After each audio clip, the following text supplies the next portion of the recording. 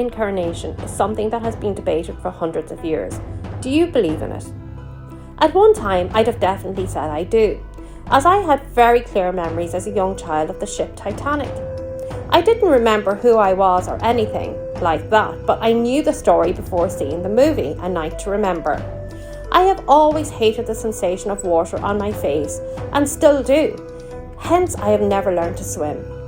Years later, I was told by a psychic that I was a workman on it, and that explains why I feel a connection with Belfast and actually moved here, but I don't know about that part. What I do know is that even still, I feel strange when I see an image of that ship. My son spoke at 3 or 4 years of age about when he lived with another family. When questioned, all he could remember was a red car.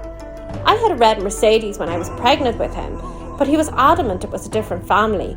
He has no memory of it at all now, aged 10. Yet another personal example was my son who died. I was devastated, obviously, and wanted to get pregnant again as soon as possible. At that time, I really believed in spirituality and believed he would reincarnate if I did. Well, I'm certain that didn't happen, as they are nothing alike. But I've considered the possibility that my deceased son Thomas may have been the reincarnation of my granddad Thomas. Apart from them looking very alike, we affectionately joked that as a baby, Thomas was Benjamin Button. He looked so much like the old man my granddad was. What backed this theory up was that I was the last person to see him before he died, and in that conversation I told him I would name my unborn son after him. My granddad had one wish when he got diagnosed with cancer, and that was that he would live 3 months for personal reasons, but he didn't get it. My son Thomas lived 3 months to the day.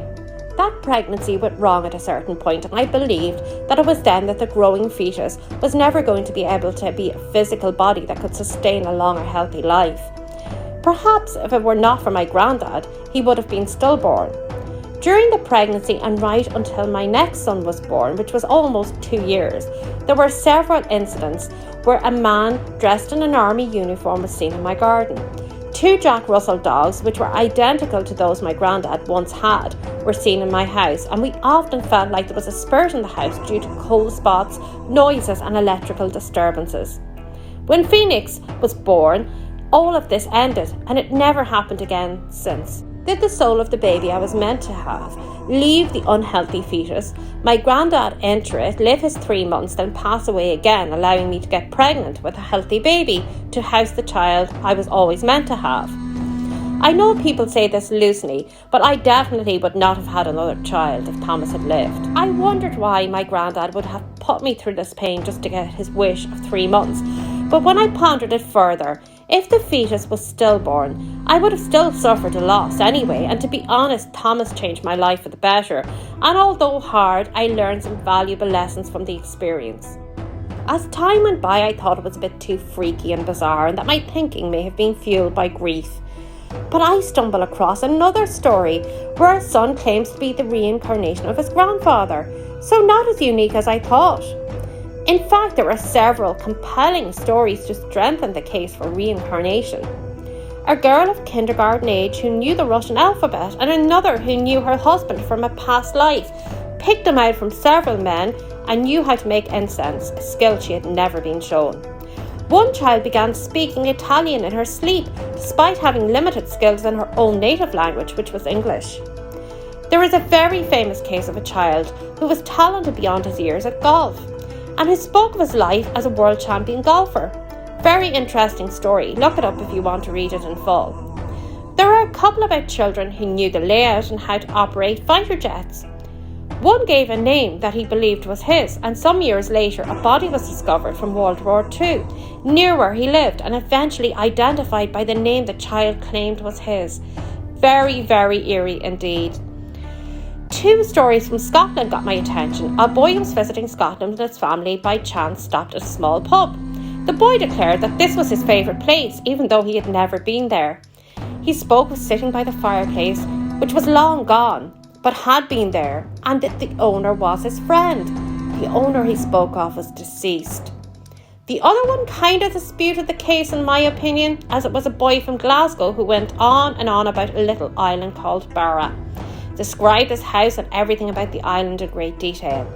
He said his family had a black and white dog and that his father was Seamus and drove a black car. Finally, they went there to investigate. Most of the details were accurate. However, Seamus, who did exist, didn't live at the house anymore, but did not die in a crash. The current family had a black and white dog, but neither family had ever lost a child. Strange indeed. Parallel universe, perhaps? Is it possible that all these kids met it up and randomly got facts right? Or that they were put up to it and either the parents or child got a bit mixed up? From the balloon guy incident, we know that some adults would go to extreme lengths to get their 15 minutes of fame, even at the exploitation of their kids.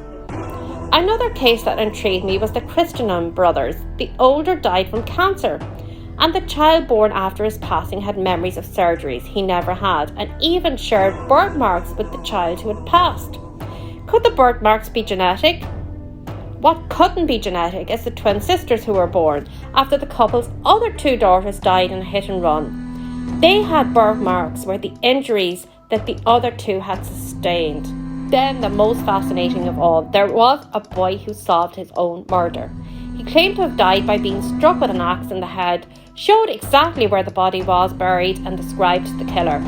A skeleton was found at the place, and with the details he provided, a cold case was solved.